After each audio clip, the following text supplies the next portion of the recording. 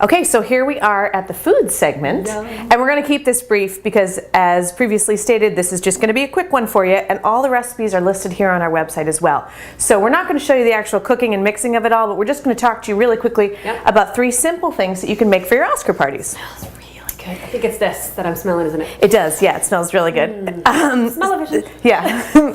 So the first of which is, these are called shrimp balls, and it's actually an Asian recipe. I do a brunch for my mother every year for Christmas, and we mix it up theme-wise, and I just did these last weekend for an Asian-inspired brunch for about 24 people, and these were a huge hit, and they're really elegant, and they're simple, they're not hard to make. You can take a quick look at the recipe below. Basically, it involves some throwing some shrimp in a blender, food processor rather, and then mixing it with a couple of other things and frying them. And what the best part about them is you can do them the night before and then just throw them in an oven of 375 degrees for 10 minutes.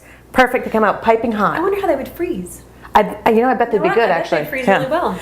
And then I just serve them with a store-bought duck sauce that you can find in the Asian section of the grocery store. Okay, our next appetizer is also a staple in our house.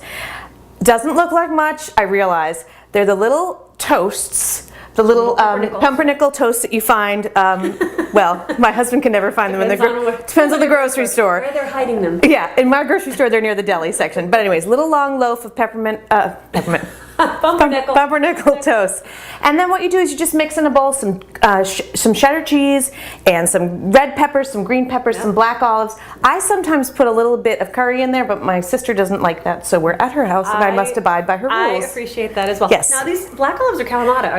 I did pitted calamatas and just chopped them up. Run the whole thing under the broiler. Mix it together with mayonnaise first, obviously. Can't forget the Hellmann's. And then under the broiler and until they're hot and bubbly. And these are great too. You can also make the spread the night before. Perfect.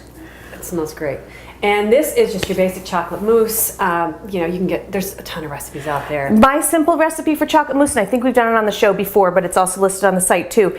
Simply mix some whipping cream and melt some chocolate, fold the two together. It is the easiest thing in the whole wide world. And we'll have the quantities basically on the site. And then you do a little shaved chocolate. Shaved chocolate. Top, a little raspberry, a little mint to make it pretty. Perfect. And they look so elegant in a martini glass, don't they? Yeah, they do. So very simple recipes, most of which can be done the night before, so you can actually sit down and watch the show. And enjoy.